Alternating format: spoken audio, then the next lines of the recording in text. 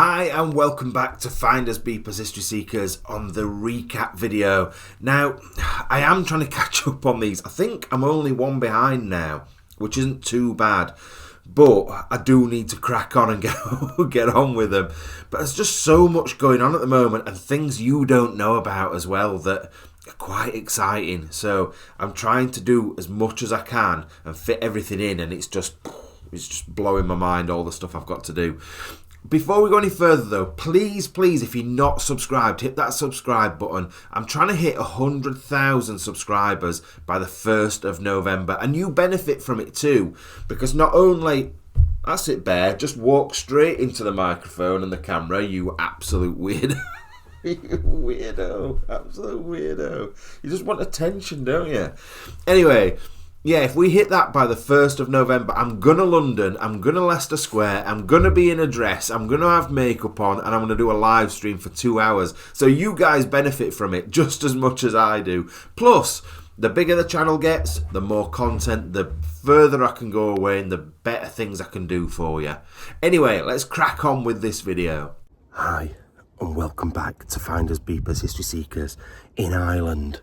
Now, I am in a bit of a dodgy spot, so I'm trying to get to somewhere which is through these trees, but at the moment I'm kind of technically in somebody's garden. Oh no, I may as well just walk there. I'm underwater. Oh Lord, oh my God.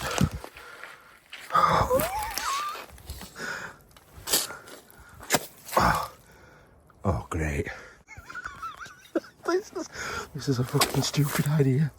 What a fucking stupid idea.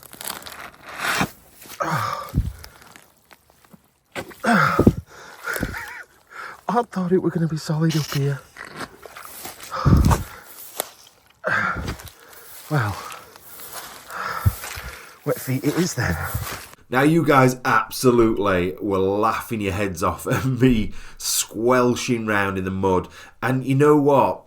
Like, it was freezing, it was so cold. I am so glad on that occasion, because I hardly ever wear them, I put my high tops on, and if I hadn't, every footstep my shoe would have come off.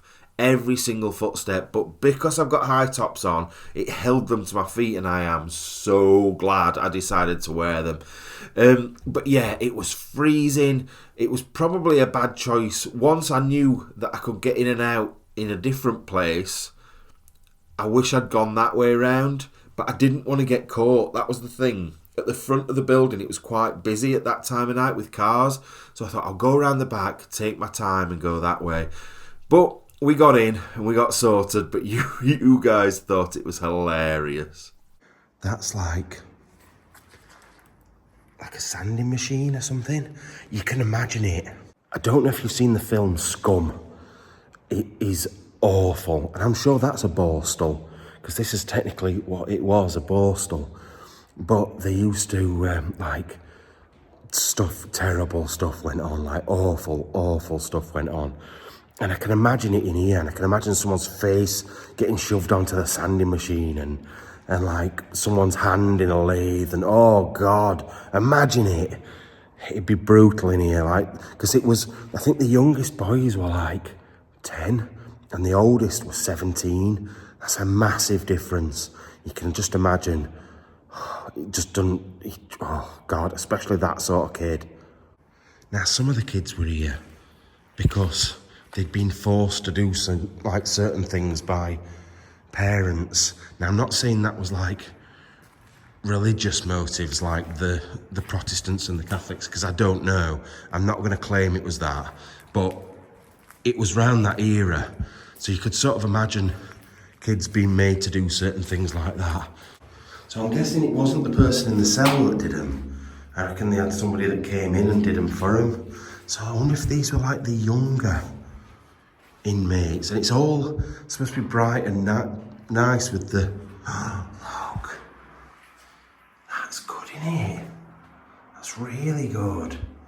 Now, a lot of you had been asking about the sorts of people that had been in there, and the background stories. Now, I've only had sort of like hearsay on these things because it was a children's prison.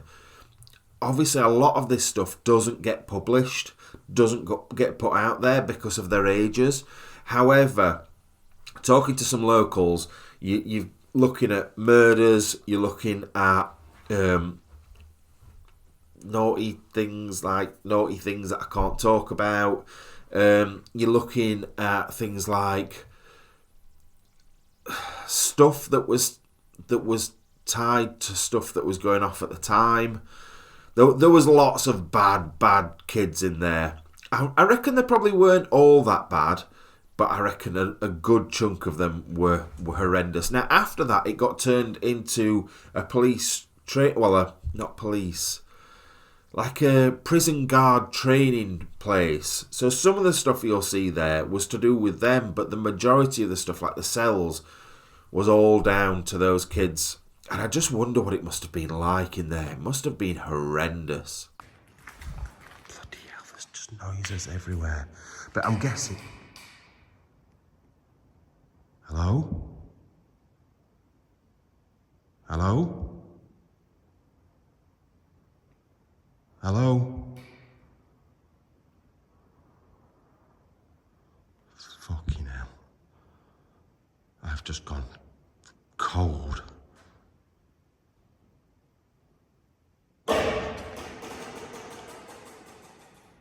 What the fucking hell was that?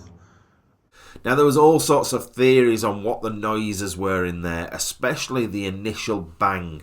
Now, one thing that kept coming up over and over again were the comments about, it was definitely a bird, it was a pigeon, it was a bird, that's what the noise was. It wasn't. I can categorically tell you that was not a pigeon, was not a bird. I get why people are saying it, because it's sort of like got a reverb noise, like almost like wings flapping, but it was more like, if you think of maybe like plastic tubing bouncing and then going like that on the, I don't know what it means, it's like a machine gun when you're at school. But anyway, what noise did you used to make when you did that? Because kids did it differently. You got like and then you got like that. What noise did you make? Weird. But no, it was more like a plastic tube sort of vibrating as it fell. But the thing is, the noise sounded, it didn't sound as loud on the camera, but it almost felt like it was in front of me, and there was nothing there.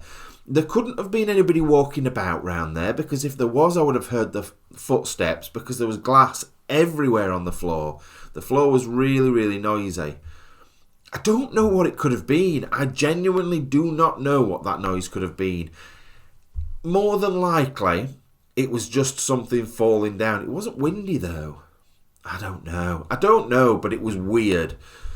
And that brings me on to the other noises. I'm guessing like there was a guard in there. Oh, that looks like a cell door.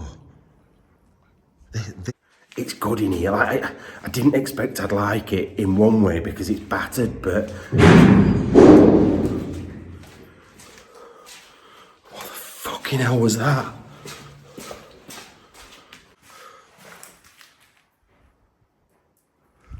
I don't know where that came from, but that was loud. So there was talking that you can audibly.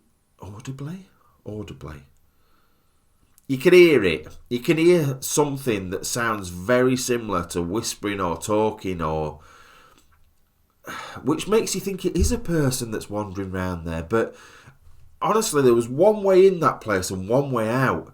And the only way would be to come through that door that made a noise when you opened the door, and then walk across like glass on the floor. So you would have heard somebody.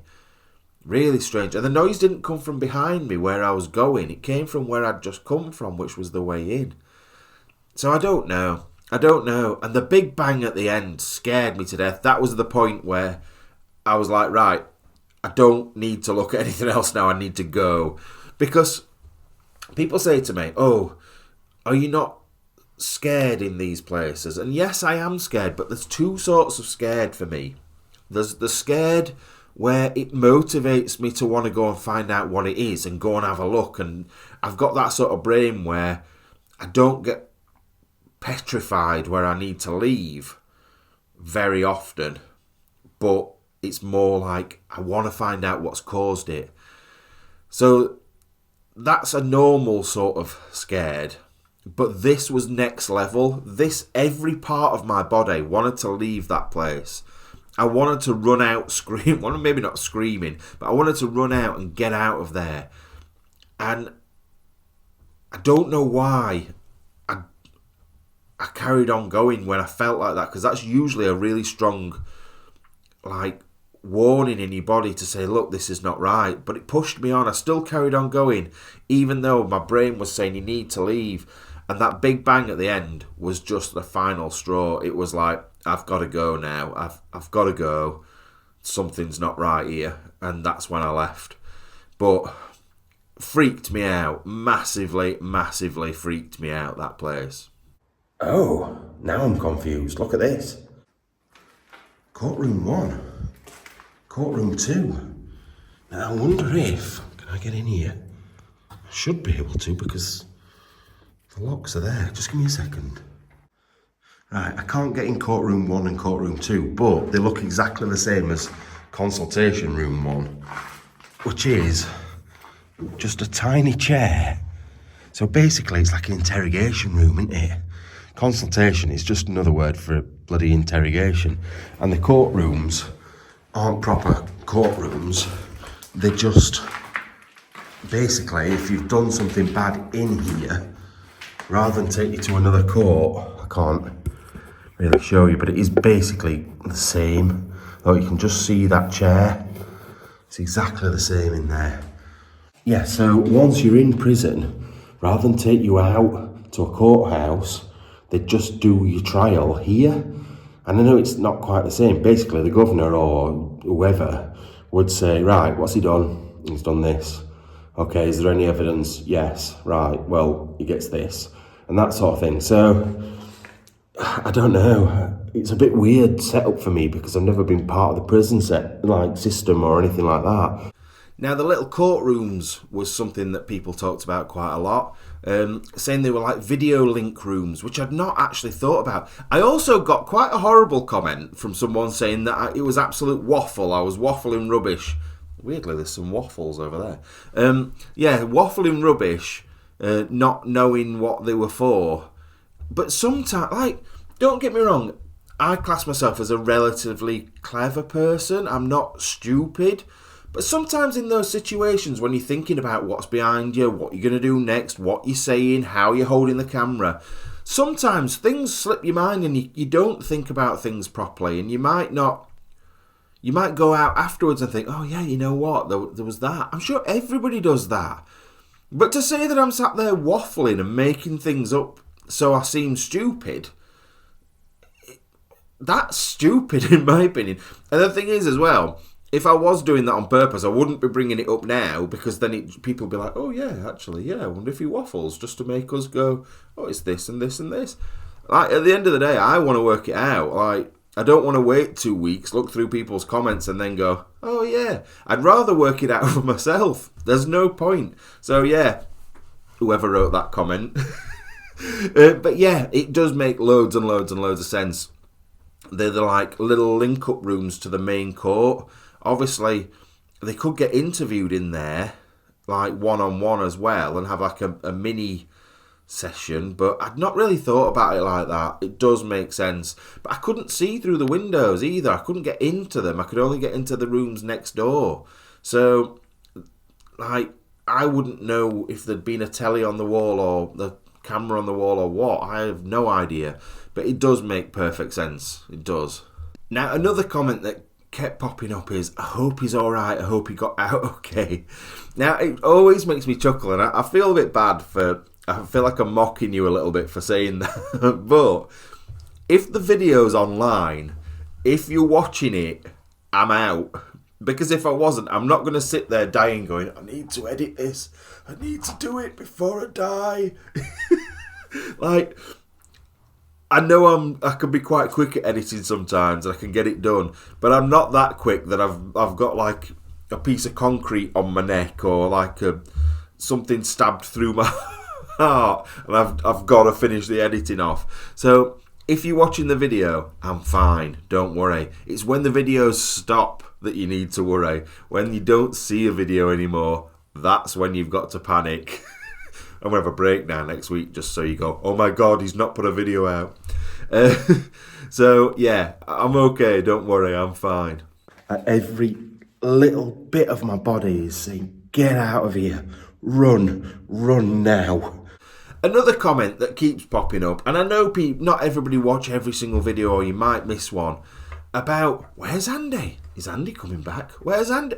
How many more times can I put it out there? Andy is not coming back. It is really sad. I'm smiling, but it is sad.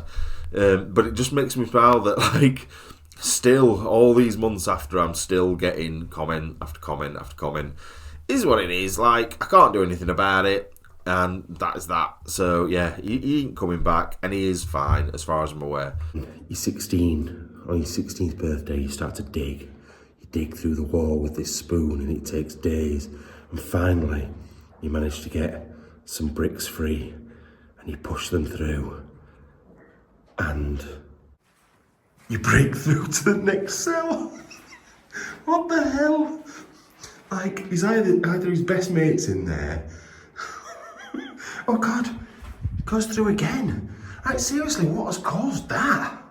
Somebody's gone through that wall, onto the next cell, and then through that wall, and then again. What has been happening here? Now, one of the other things people talked about was the holes in the walls. I don't get that. I don't know whether I don't see the point of it. Like, if I thought maybe it was someone that's come in and vandalised it, it takes a bloody lot of work to put all those holes all the way through those walls. Or is it so people don't get trapped in there? They've put holes through because someone might have got trapped in after it shut down. I don't know. I literally don't know. I don't think it's anything to do with people actually being in there at the time. I just don't understand why they've been put in there. It makes no real sense. And like I said, it's not just a 2-minute job to kick those walls in. Someone's put some time and effort to get through there. Somebody put, because there's pictures of the Hulk on the wall as well. He's Hulk smashed through the wall. So, God, no, absolutely no idea. A lot of these places we'll never have the answers, and I'll always try and find out answers for you, but some of them are just going to be a mystery forever. And finally, back to the same old question. Why don't you wear wellies? Why don't you wear boots? Why aren't you wearing long trousers?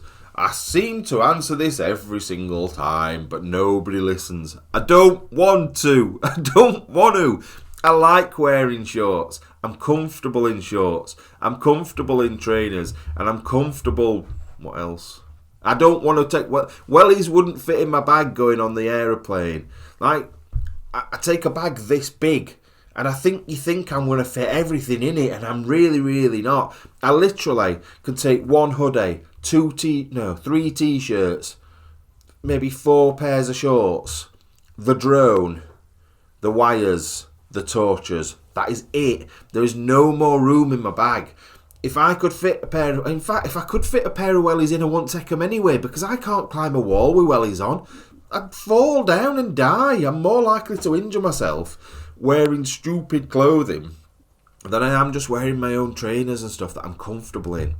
But I know I've said it a million times before, so I'm not going to go on.